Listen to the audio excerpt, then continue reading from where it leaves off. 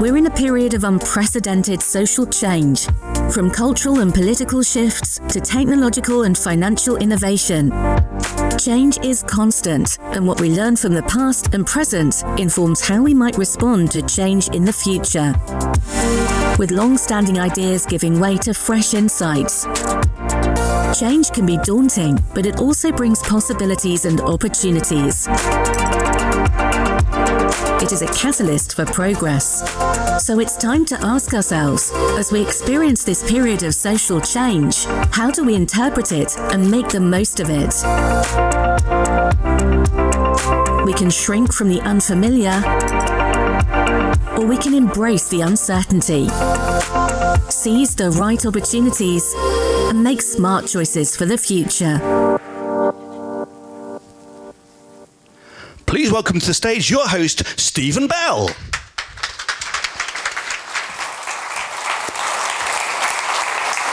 Well, good afternoon, everyone, and welcome to F&C Live 2024.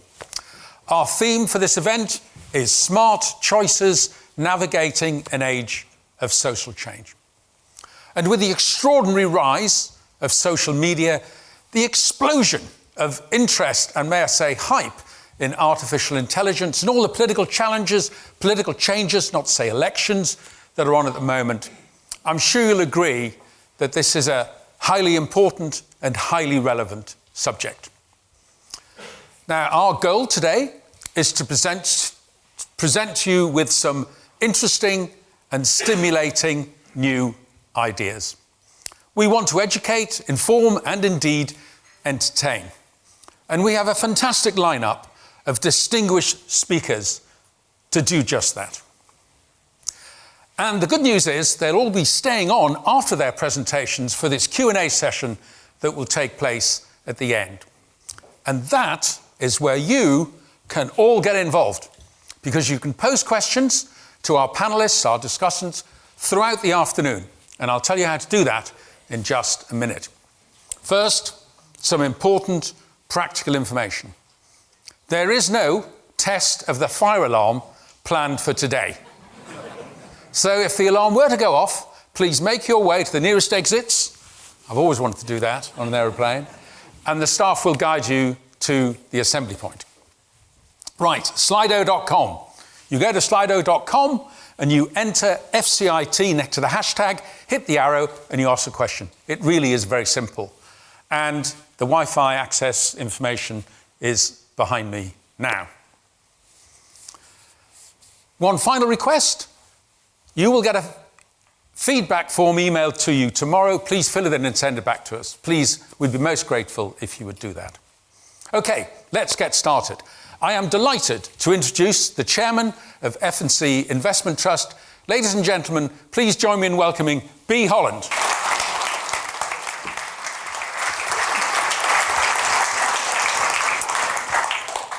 Thank you, Stephen, and good afternoon, everyone. I am Bea Holland, and I'm the chairman of F&C Investment Trust.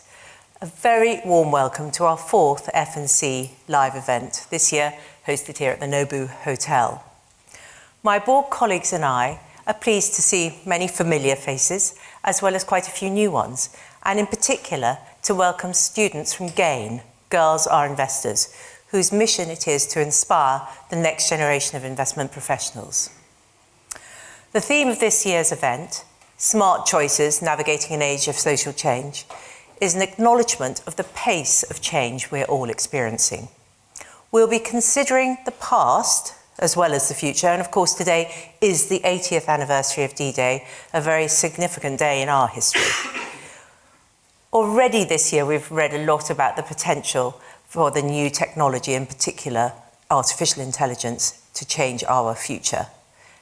In addition, the very complicated geopolitical situation, along with upcoming events in the UK and the US in terms of elections, brings an uncertainty which, while hard to predict, could introduce more significant change in our lives. Indeed, this year we'll see and has seen more than 1.5 billion people head for the polls across 40 democracies, making 2024 the busiest election year ever. Your speakers today are experts both in technology and AI, and in political news media. So hopefully offering great insight into the potential changes happening, their ethical and societal considerations, and what we can learn from history. This will provide some context when we consider investing with a long-term view. As you know, the F&C Investment Trust was established in 1868, and it is the oldest investment trust and the longest continuously listed company in the UK stock market. We've managed to stay relevant for 156 years by taking a long-term view, which has allowed us to navigate extraordinary periods of change. Part of staying relevant at the moment ensures understanding the benefits that are the way young investors try and invest, as well as the more mature investor. So today, that means reaching them where the young people are researching and explaining to them how to save and invest to the future. With that in mind, F&C Investment Trust now has presence across the largest social media platforms, including TikTok, Instagram, and YouTube, where the issues that we're talking about today will be more widely shared. Quite literally, a social change that we're responding to. So please enjoy the speaker presentations and your afternoon with us, and thank you all very much for being here.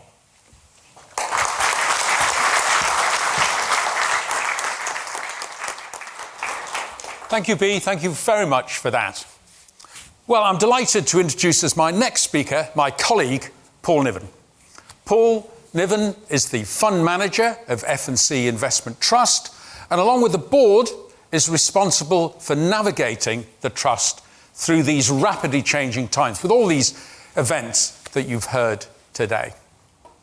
And with a long and distinguished career extending over a quarter of a century, Paul is ideally placed to take these big picture themes that you've heard today, along with the enormous amount of research and analysis that we get from both inside our organisation and outside our organisation, to translate that massive information into specific, concrete investment ideas, where to invest, and equally importantly, where not to invest.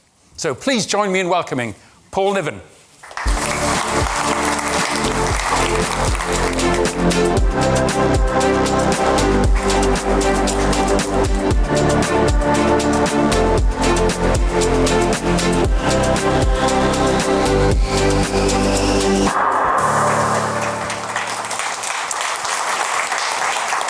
Thank you, Stephen. Good afternoon. The theme for this afternoon is smart choices, navigating an age of social change. Social change. A moment's thought reveals how wide-ranging the subject is and how far-reaching some of these changes can be. Today I'm going to discuss what the key drivers of social change are, with a focus on demographics and technological disruption, and why it's important for us as investors. Social change can happen quickly or over extended periods of time. One of the more dramatic examples of social change was the French Revolution. It took place over 12 years, but broke traditional society and created a new one based on ideas of liberty, equality, and fraternity. In 1972, when Chinese Premier Zhou Enlai was asked what the impact of the French Revolution had been, he allegedly stated that nearly 200 years after the event, it remained too early to tell. So, while the immediate impact of social change may be obvious, certainly was to the French aristocracy, the longer-term effects can take many years to become evident. Importantly, social change can encompass several dimensions. It can relate to value systems. This includes some really significant examples, such as women's suffrage, civil rights, environmental concerns and beliefs, and in recent years, the Me Too movement. Rosa Parks, shown here, helped to initiate the civil rights movement in the United States after refusing to give up her bus seat to a white man in 1955. Social change can include cultural symbols such as language, food, beverages, fashion, architecture, art, and music. For example, arguably one of the greatest cultural influences today is Taylor Swift. I suspect there's some Swifties in the audience. Her influence extends beyond her music into a very real impact on economies and potentially politics. The third dimension of social change relates to behaviour and social norms. For example, our attitude to alcohol and smoking, as well as how we dress. It also extends into the way we may find partners, such as through dating apps.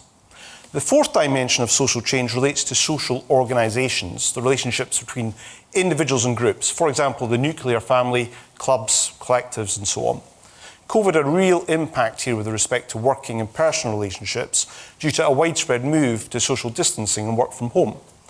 So these are some of the practical dimensions of social change that we can all observe. But most drivers of social change result in less dramatic and more gradual modernisation than that of the French Revolution. And social change is normally triggered by one of four drivers. First, mixing of cultures.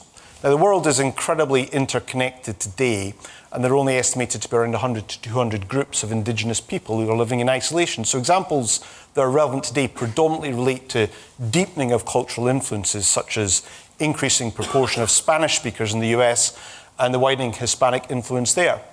Second, changes in the ecosystem can drive social change. This can be through the loss of natural resources or disease. Now, the Black Death, which is probably one of the more extreme examples through history, led to huge social change in medieval Europe. Peasants previously worked for little or no pay under the feudal system, but so many died, the survivors enjoyed a huge increase in power. In fact, it's widely believed the Black Death contributed significantly to the downfall of feudalism in Europe because of increased worker power. More recently, COVID has disrupted some social norms and suddenly gave more power to many workers to negotiate wage rises. The third key driver of social change is technology. Now, technology has driven social change for as long as humans have existed. From the wheel to the plough to the printing press, shown here, from concrete to the steam engine, it's technological innovation that has driven much of social change. From democratisation and dissemination of information and the widening of travel opportunities through to improving efficiency in food production, technology has played a really key role. In addition, technological advancements tend to be built on, with the second and third order impacts often spurring further innovation. So technology doesn't evolve in a vacuum, it feeds on itself. For example, every great company today has not only been built on internal innovation, but also on the innovation of others. The first integrated circuit, or microchip, was invented by Jack Kilby at Texas Instruments back in 1958. And that spurred further innovation, including personal business computing, from which IBM subsequently flourished. That in turn led to Microsoft entering the operating system business in 1980. And that company is now the largest listed business in the world, with a market valuation exceeding $3 trillion. The more pervasive a technology becomes, the more it tends to be reshaped and reinterpreted, often with very wide-ranging impacts. For example, Gutenberg, the German inventor who designed a device to mass print Bibles in the mid-15th century, saw his printing press spur the scientific revolution, which undermined the authority of the Catholic Church that dominated political life in Europe for centuries. Talk about unintended consequences. The fourth key driver of social change is demographics. This has been a huge driver of social change in the past and will continue to be so in the future. Now, one example captures many aspects of these four drivers and shows how interlinked they are. Small Pacific island nation Nauru was the richest nation in the world based on GDP per capita after independence from Australia in 1968. This tiny nation gained extreme wealth from natural commodities, phosphates. People stopped working, stopped exercising, and the Western links led to pervasive change in diet to a far more processed and junk food diet. They now have one of the highest rates of type 2 diabetes in the world. 80% of the population is obese. There's a health epidemic with almost a third of the population affected by diabetes. And from an investment perspective, we know that social change can lead to opportunity as well as threats. But it's often difficult to assess the permanence of a particular driver. It's harder still to assess the lasting impact of social change. A good example of this was the pandemic. Here we had a very clear driver, a disease, which had a profound impact globally in ways that none of us, individuals, corporates, policymakers, had ever experienced before. But much of the social change seen during 2020 and 2021 provides an excellent example of how corporates and investors can confuse short-term trends with a permanent change. the duration of change is highly uncertain. In March 2020, as the UK economy shut down and we all retrenched the safety and comfort of our homes, equity markets came under very severe pressure. Equities fell by over 30%, and it was only when authorities effectively underwrote credit and wage risk at an economy-wide level that markets stabilised. But investors made the mistake of extrapolating some trends, which proved to be short-lived, into a permanent state. At the height of the pandemic, investors pushed up share prices of vaccine makers. They were seen as providing the solution to a problem, which was COVID. Commercialising that solution led to tremendous share price gains for some of the pharmaceutical companies who had helped in creation and manufacture of vaccines. They were viewed as a sure bet, but as people gained antibodies through vaccines or by catching COVID, a fall in infections led to a massive reversal in fortunes for vaccine makers. After strong gains since the dark days of COVID, Pfizer has fallen by around 50% in share price terms since the late 2021 when it peaked, while Moderna, its rival, is down by around 70%. Looking beyond vaccines, investors saw COVID as a catalyst for wider social change. Working from home, exercising from home, eating takeaways from home, companies which benefited from people spending more time at home all boomed. Some of the most prominent winners from the lockdowns in 2020 were the likes of Peloton, on the basis that exercising at home would permanently replace visits to the gym. Zoom, the video conferencing company, was another winner, as investors assumed that remote working would boost profits. Now, I did not subscribe to Peloton during lockdown, partly as I already had a clothes horse in my house, but many people did. And many investors bought the stock, confusing a transient trend with a permanent change. It's been estimated that 50 of the most prominent winners during COVID have lost a combined $1.5 trillion, half of Microsoft, in market value since the end of 2020. For example, Zoom gained by 765% in 2020, was down by 80% since then, while Peloton has declined by a staggering 97%. So, as investors, it's really important to distinguish between temporary and permanent change. This brings me to the future. Two aspects which we can be confident of with respect to being future drivers of social change are demographics and technological disruption. 2 years ago, at this event in the Guildhall, we heard about some of the demographic trends which would affect the UK and wider global economy in coming years. People are living longer and working longer. Mick Jagger is currently touring with the Rolling Stones at the age of 80. More broadly, the notion of a life broken up into 20 years or thereabouts of education, 35 years of work and 35 years of retirement is being completely rethought. Many people will work longer through choice as well as economic necessity. Many of these people have multiple careers, often retraining and re-educating themselves along the way. And back in 1965, the most common age of death was within the first year.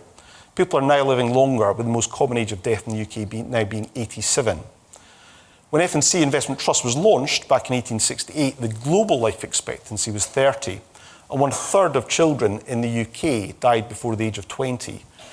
Almost 80% of people were dead by the age of 70.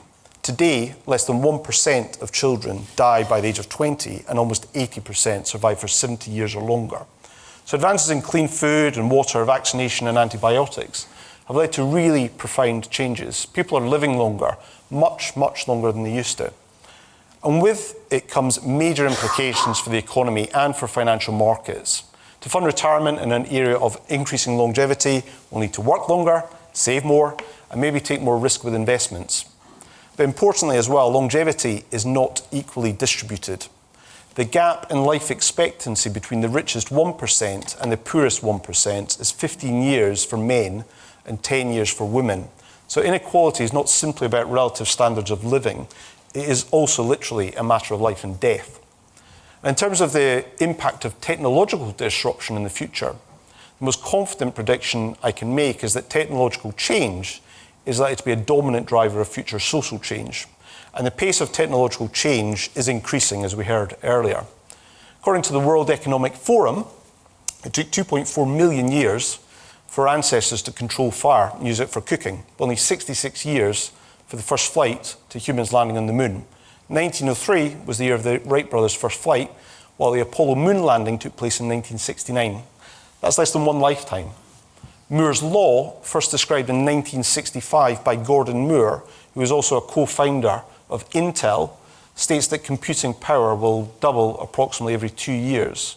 People have been calling for the end of Moore's law for years now, but it continues to hold after almost 60 years, leading to exponential improvements in processing power of computers. Artificial intelligence, AI, is one of the areas which is clearly now in focus for companies, policymakers, workers, and parents. Tremendous debate exists over just how far and how fast artificial intelligence will go. Some experts believe that AI will reach human levels of intelligence in coming decades, but one does not have to buy into this view to ponder what AI might mean for our working lives and for those of our children. Certainly those roles which are rule-based and which can be coded, even where learning and intelligence is required, will clearly be vulnerable. Now, back in the 18th century, people used to work as human clocks, knocker-uppers.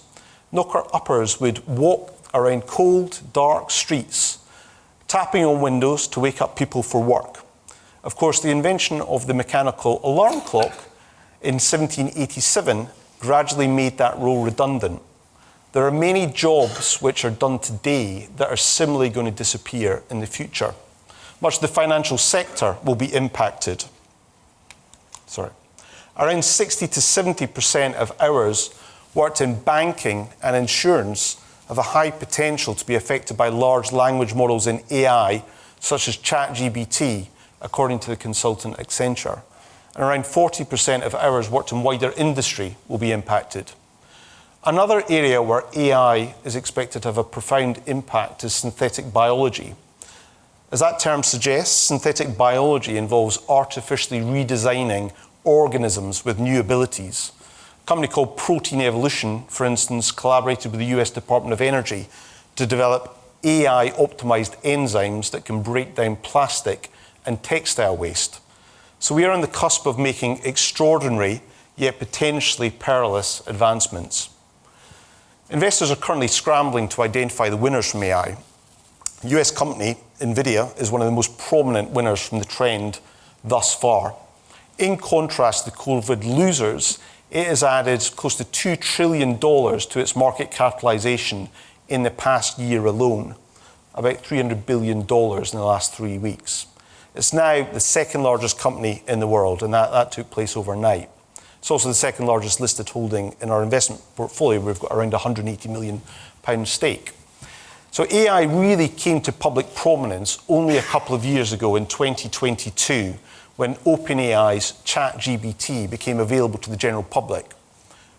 OpenAI developed its technology using a supercomputer powered by 10,000 NVIDIA graphic processing units. Yes, 10,000. And their latest chips sell for up to $40,000 each. As many of you will know, NVIDIA has its roots in designing chips for computer gaming. It specializes in chips known as graphic processing units, or GPUs. Now, GPU technology is far superior at parallel processing, basically running multiple processes simultaneously rather than sequentially. These chips lend themselves to application in AI, and NVIDIA likely holds over 90% of this specialist part of the market, hence the rise in market value. So NVIDIA innovated in computer gaming chips and has found itself not necessarily by design as the preeminent supplier of chips, which will power AI, the hottest investment theme in the market.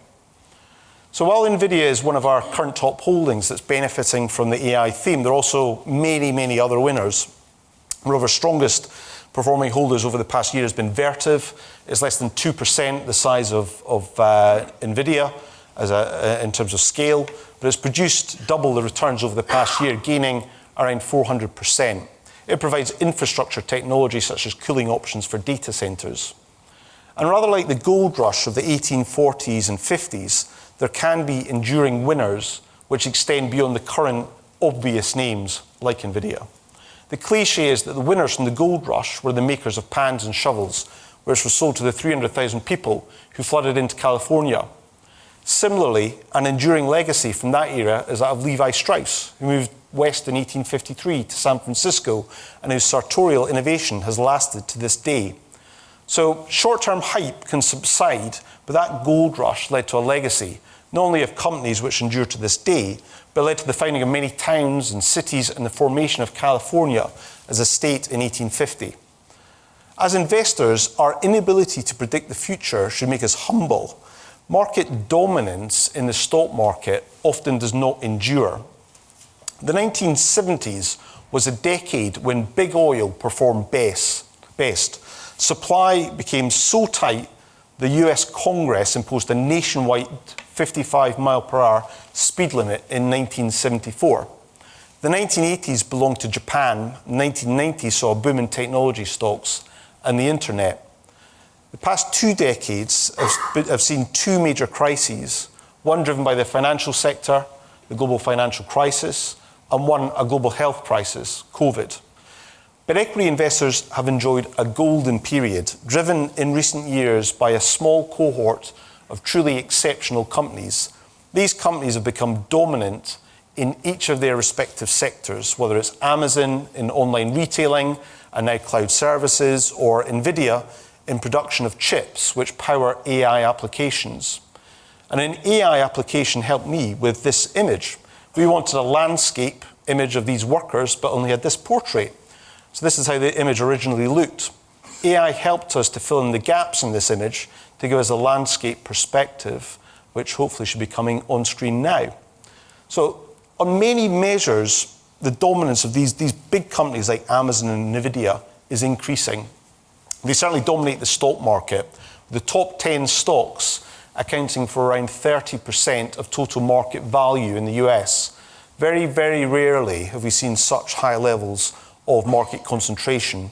Indeed, the share of the top 10 companies in market value terms is at the highest level since the days of the Nifty 50 stocks of the early 70s, when IBM was approximately 7% of the market.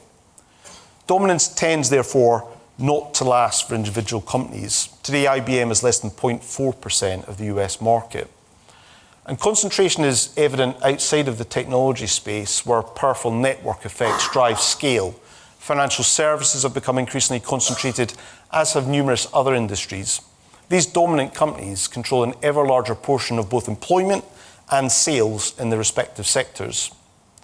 Apart from the recent upturn in wages in developed economies, which may yet prove to be a somewhat temporary phenomenon, an increasing share of economic growth has been accruing to the owners of these large businesses. AI may well exacerbate the gap between winners and losers, not just within the stock market, but also within the labour market. While one can make a case that overall economic productivity will rise in coming years as employers supplement or replace labour with technology, this may give a further boost to corporate profits and to owners of capital. It does, however, threaten to widen inequality with resultant impact on health, relative longevity, and overall quality of life for many people. But there is a saying, pessimists often sound smart while optimists make money. I am optimistic. Technology will influence social change, but it also provides solutions. Novo Nordisk, one of our largest European holdings, is a market leader in diabetes and weight control drugs. Their products may well provide a healthier future for the people of Nauru, who I talked about earlier, whose population is highly affected by diabetes. Climate change is one of our greatest challenges. Technology will also help here. Linde, a leading industrial gases company and a name in which the Trust is a holding, has the largest liquid hydrogen capacity and distribution system in the world, a technology that will be critical in reducing emissions from heavy industry.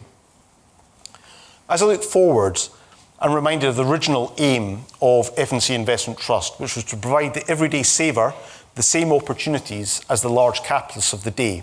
That was back in 1868.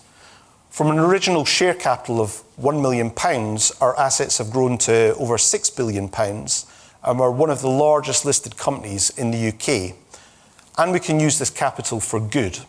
We can do this by delivering on our purpose to provide growth in capital and income for our shareholders, to help them meet their financial and life goals, with saving and investment of increasing importance as society ages.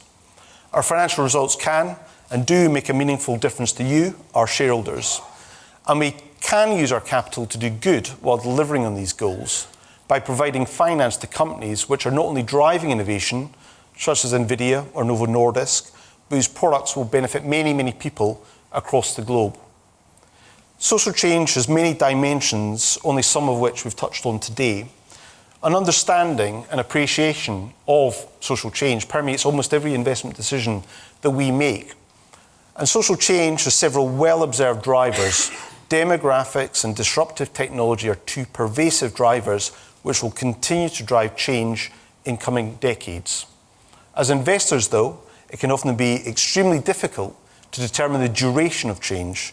Trends tend to be extrapolated by animal spirits, over-optimism and over-pessimism from investors, which is why it's important to consider both fundamentals and valuations, while also being humble in the face of uncertainty.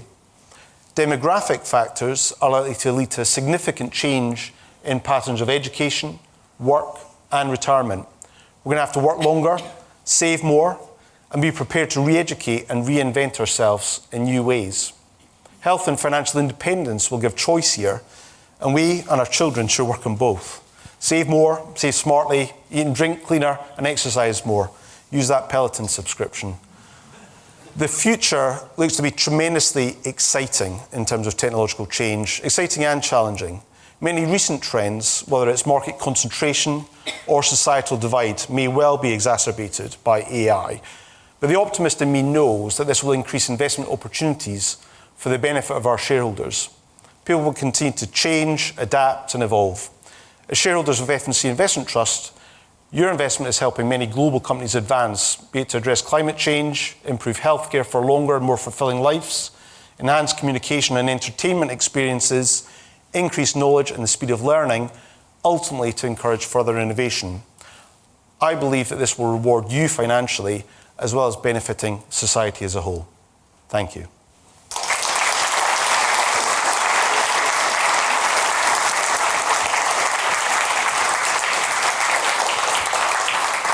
Thank you, Paul. And Paul is going to join us here on the platform for the Q&A discussion. Can I ask the other speakers to join me up here as well? This is your last chance to pose a question on Slido.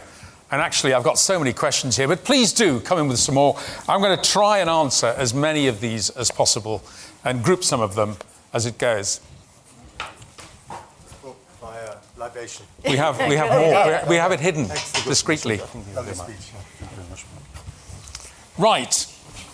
Okay. I'm going to kick off in no particular order here. There are two questions about 5.0, human-centric at the top here. Well, more than two, actually. Oh, gosh. Okay. So the question is, how worried are you about the machine taking over here? I know you answered this in the talk. And the second one is, what next? Gosh, how much time have we got? I'll try to keep this in slightly snappy sound bites. I would say, first and foremost, the notion of the robots are coming.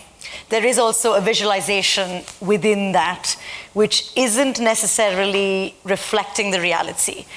A lot of the threat is not from a 6'2" Terminator-esque robot hurtling through offices going, you're out of a job. A lot of it is actually the same automation that we've seen on the factory floor for decades, call centers. We are seeing that displacement from it. So my, I suppose, biggest concern is as much as these tools, the 5.0 tools, are actually keeping people in the equation in terms of how they're built and how they serve us in their usability, by virtue of them coming in, yes, there is some job displacement. And by that token, is the machine taking over? Well, the algorithm can do something faster than us, in some cases more accurately, but not all. The part I think that is really exciting there, however, is that twinned with that is the fact that, some of the stats that we just heard as well, a number of man hours, or let's be politically correct, people hours per week, that it will, for example, save, because the AI is automating those tedious tasks, is not a bad thing. It is freeing up those finance professionals, lawyers, accountants, doctors, the GP at my practice, for example, giving them a lot of advice about tools they can use to actually win back what I think is the scarcest commodity for a lot of professionals and retired investment professionals as well, which is time. And so if these tools can take that tedium off our plates. I think it actually frees us up for more of the higher order, higher value decision making. There is that case to be made as well from the 5.0 technologies. And AI isn't the only one, it just powers a lot of it. But there is nanotechnology. There's something, for example, called nanobots that's being developed across the pond in the US, which is being created for cancer treatment. And these are, for example, the size of a red blood cell. It can be injected into your bloodstream and travel to the site of the cancer cells and target that very specifically. Amazing development. So there is, like you said, a great deal of using this to accelerate healthcare, education, cities. And then we also want to be mindful of the ethical concerns and safeguards that we need. Good, thank you. Very interesting. I've got a host of questions for you here, Matt. I'm going to group a couple of coming from, I think, concerned people in the audience. The concern and question is, what do you think the chances are of Keir Starmer and Rachel Reeves being overtaken by the hard left, assuming they form a government?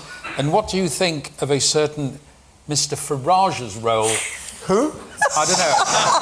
You may have heard of him. Both in the election, but also after the election. Actually, they're really interesting questions. On the left question, I would have thought that the purge of the Corbynistas has been so effective in the Labour Party that they will not play much of a role for the foreseeable future. However, imagine you're Prime Minister Keir Starmer and you've promised all this social change.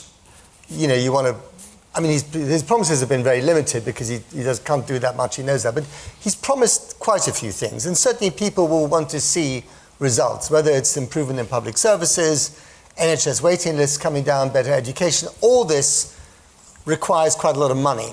Where's he going to get the money from? You know, this is what the Tory party is trying to say. That this guy gets into power, he's promising not to raise taxes. He's going to have to raise taxes. And I'm sure that he will raise taxes, whether they'll be on... You know, capital gains tax, that's something that was in the papers today, something that might have to go up. It might have to be, you know, more on VAT.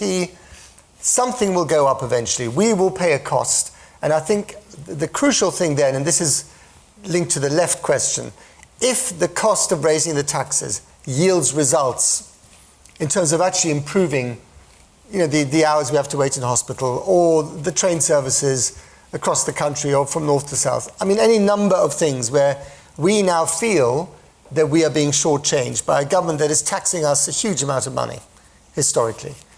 If that doesn't work, then the left will become more prominent, even though they have been purged quite ruthlessly in the last few years. In the interest of getting into power, those voices that are quiet at the moment will become more prevalent. If Keir Starmer is forced to engage in a foreign adventure with his new best friend, Donald Trump, right?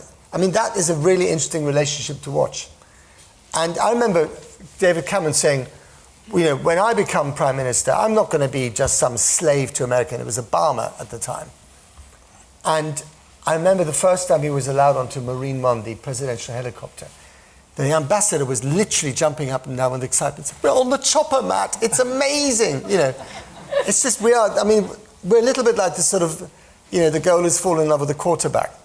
You know, the special relationship is a sort of nostalgic drug. It's like an old, you know, some sort of bromine from the 19th century. We carry it around like a pendant with a lock of hair in it. We've got to get real on this. On Farage, he's a really interesting character.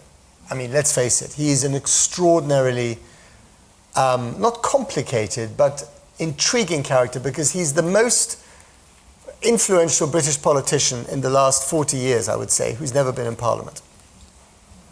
And I think for him to run this time round is two things. One is it's a hell of a gamble because if he doesn't get in, it's over. Nigel, go to America, give some speeches. Because then he would be, as Trump would say, a major loser, right? Because they've targeted that seat in Clacton thinking that he can get in there. If he gets in there, let's say he becomes the MP for Clacton-on-Sea, I would not be surprised at all if he defects to the Tory party, who will welcome him with open arms within weeks, and takes the one or two other MPs that might be there, it doesn't matter, he can be by himself, certainly takes that support with him, knowing that actually the Tory party is the Reform Party, or vice versa. The politics are very similar, right? On Brexit, on immigration, I mean, they have shared values. on so many different issues. And the idea that the Tory party, which is now begging Reform MPs not to stand because they know they will lose their seats, either because a Reform guy will take over, or more importantly and more commonly because the Reform and the Tory vote will divide that vote and it'll go to Labour. The fact that Farage, who pushed the Tory party into an experiment on Brexit that actually, one, hasn't worked out, and two, many Tories were very uncomfortable with, and they did it to silence him and to silence the internal party split on Euroscepticism, which he poured fuel on. The fact that he's now dancing on their grave, on their political grave, has a certain sweet but bitter justice to it. Great stuff, great stuff. Well, I've been able to look through for some really difficult questions to ask you, Paul, here. And I'm going to combine two here. Do you anticipate investment opportunities in what is predicted to become a global baby bust, which will slowly lead to a drop in population? And a similar question is, investors, as you mentioned, have enjoyed fantastic returns for the last 40 years or so. Do you expect returns to continue in that vein? And specific numbers. It's being recorded, isn't it? I think the first question first is so the opportunities. I mean, this is about the demographic change and what it means in terms of, I guess, future growth prospects globally, and I guess whether Japan, for example, presents something of a model as to what the future might look like in terms of economic growth, inflation, and potentially interest rates. I suspect that for sure there is going to be an element of the demographic change which is likely to prove to be disinflationary on a multi-year basis going forward, which may well put some cap in terms of longer-term interest rates. From a growth standpoint, I think that somewhat counterbalancing what might be a slightly pessimistic perspective from a demographic standpoint, given the changes suggested, may well be technological change.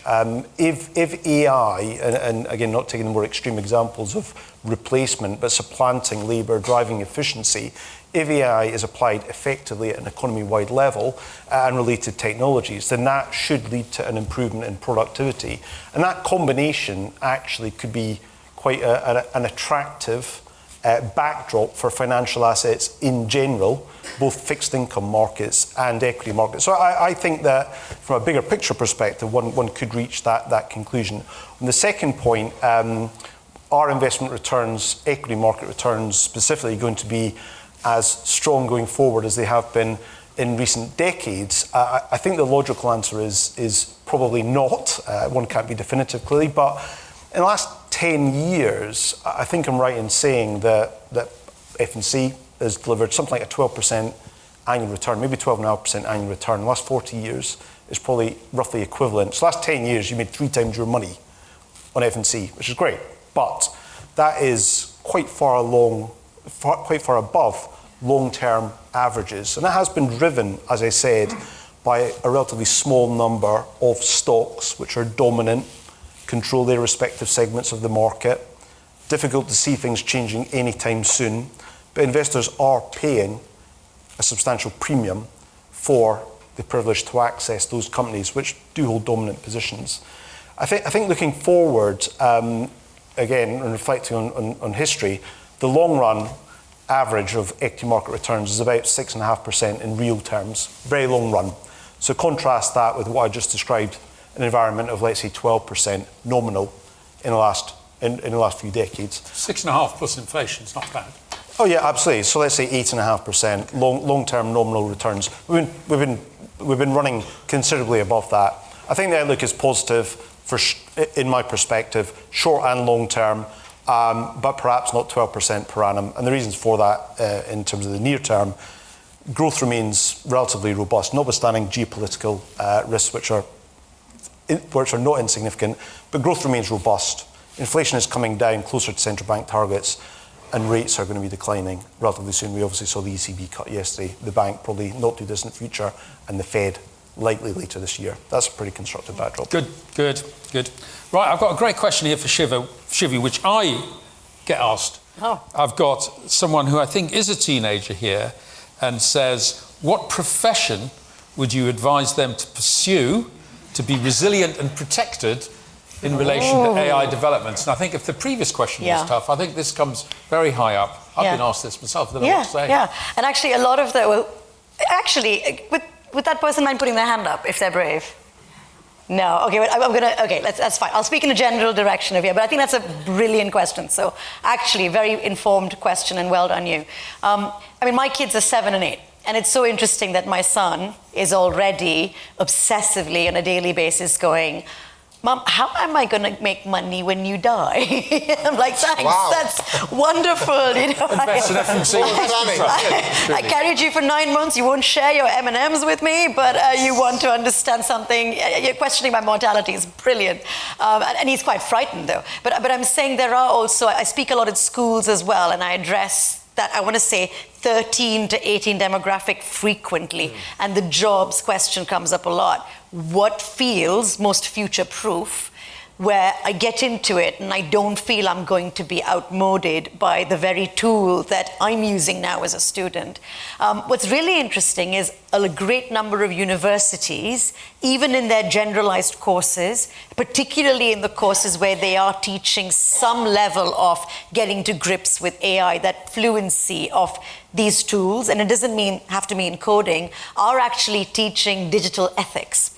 And that is a huge high growth field. So it's AI ethics or digital ethics, and it's being taught at King's College, LSE, Imperial, Institute of Education. There are about 15 universities, even central London, that have modules on that.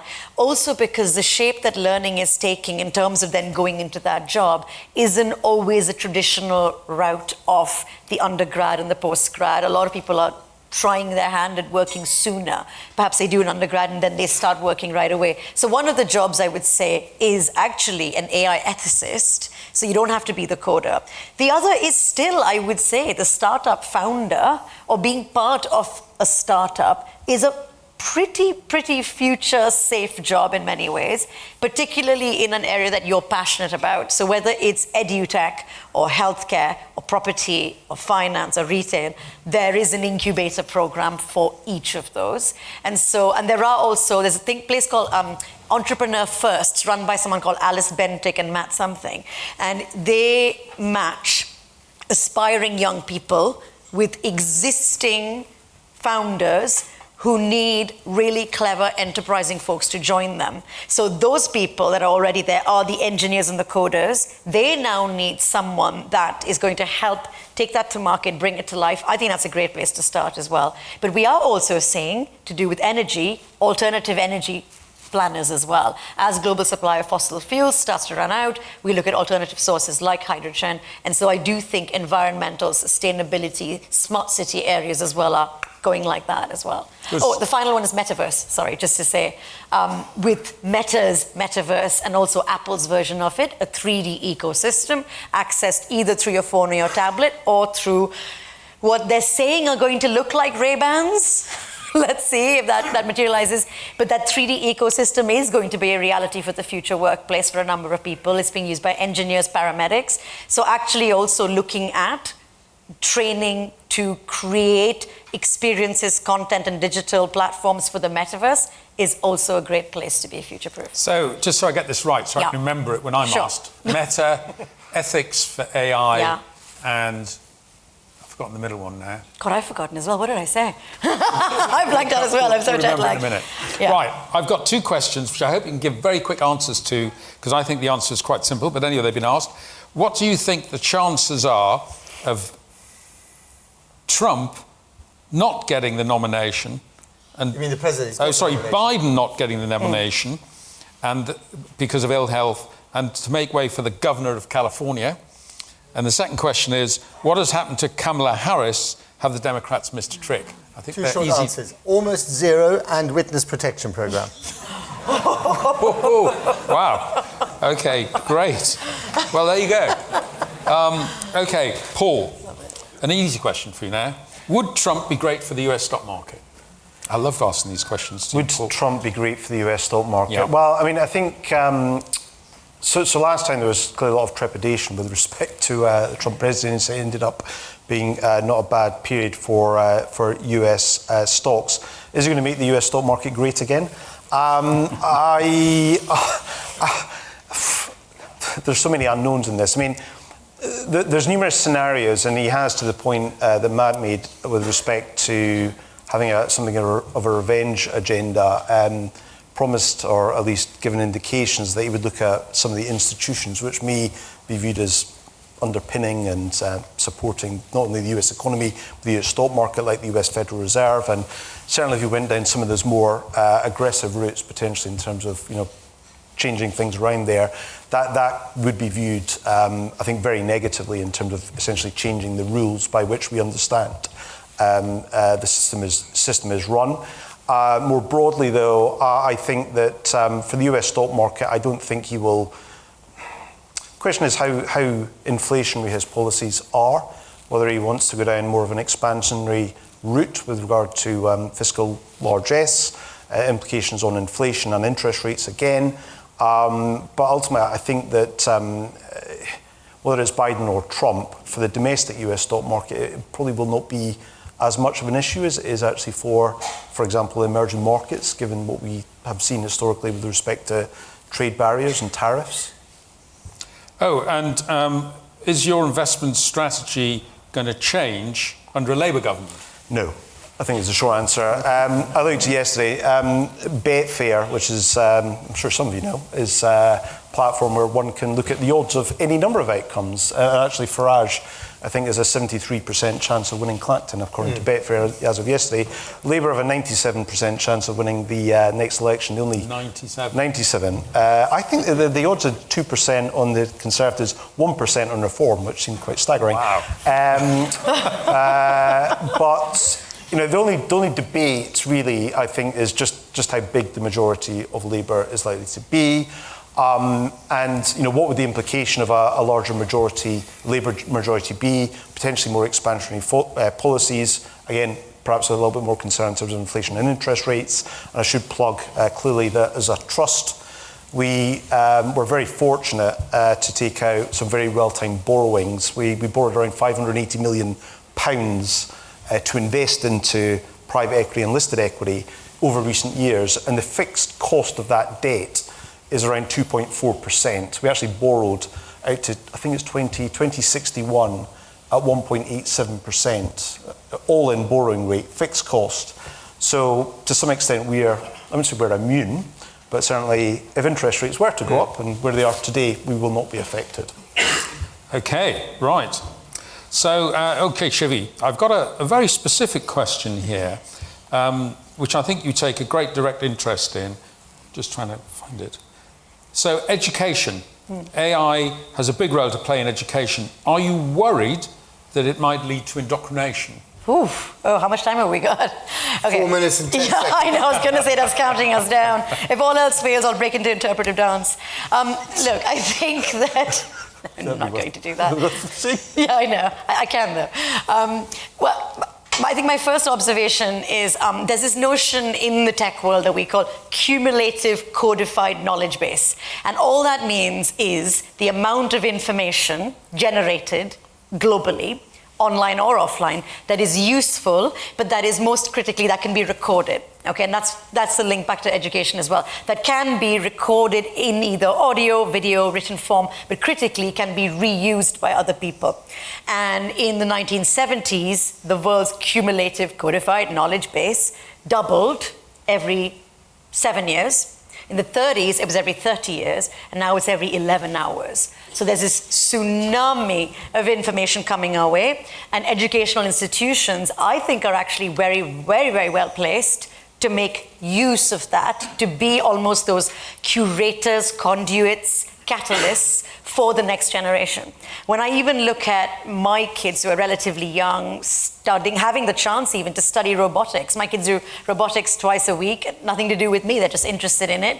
At the same time, they're still doing drama and dance and everything that I think, we still want to get out there and live and dance in the rain and all that jazz, right? So I do think that AI isn't just some cold, unfeeling notion that is clinical. I do think it can put a lot of life back in these jobs in the education sector. I'm also seeing regulation and rules from government, as much as they're struggling to keep pace. How do you regulate against a constantly changing landscape where every week there's a new multimodal capability from these AI tools?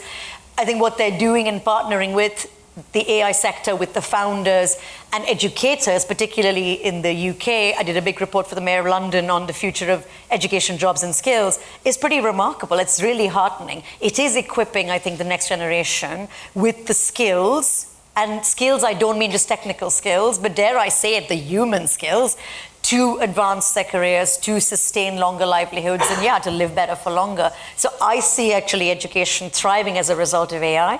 It's democratizing access to people that didn't have it. I see that in India as well, where I'm originally from, where children or young people in villages who did not have the faintest idea of how to get access to this now can use these websites. They have the Khan Academy as well, or coding websites, and they're making a living for themselves at 18, 19, 20 in a way that they would never have been able to do even 15 years ago. So to me, there's a lot of feel-good value with education, but regulation has to keep up to also protect the data. Great stuff, great stuff. Okay, Matt, I've got some more questions here about the United States. Well, one general one is, do you think there's a trend of politicians delegitimizing our democratic procedures and institutions? And in particular, specifically, do you think Donald Trump, were he to become president, would make changes in specific areas? Because you mentioned it in general. Have you got some specific areas like the 2-term limit or anything well, like that? Well, I think politicians on the whole are going into politics for worthy reasons. I think it's wrong to think that all politicians are corrupt and they're just in it for themselves. But when they go into it. When they go into it, and even when they're still doing it. But your political principles and your ambitions collide with reality, right? So you make compromises, you go down a different path, you break promises, all these things. It's understandable. It's, I guess, the same if you're running a business or an investment fund. Stuff happens, you adapt. Trump's a bit different. I think he was surprised that he became president. I think he was in it fundamentally, initially, as a branding exercise, because he is the master of all brands. And not that he was never politically unambitious, but I don't think he ever seriously thought he could get elected. And certainly that's the impression that he gave me when I spoke to him. Now, then when he was in, looking back at his first term, he thinks, okay, I got elected against everyone's expectations, including my own, and I made some fundamental mistakes. I didn't surround myself with my people. I did not have a clear plan, and that's different this time. So he does have people that are loyal to him. They're not necessarily the people you want to see in office, but they're loyal to him.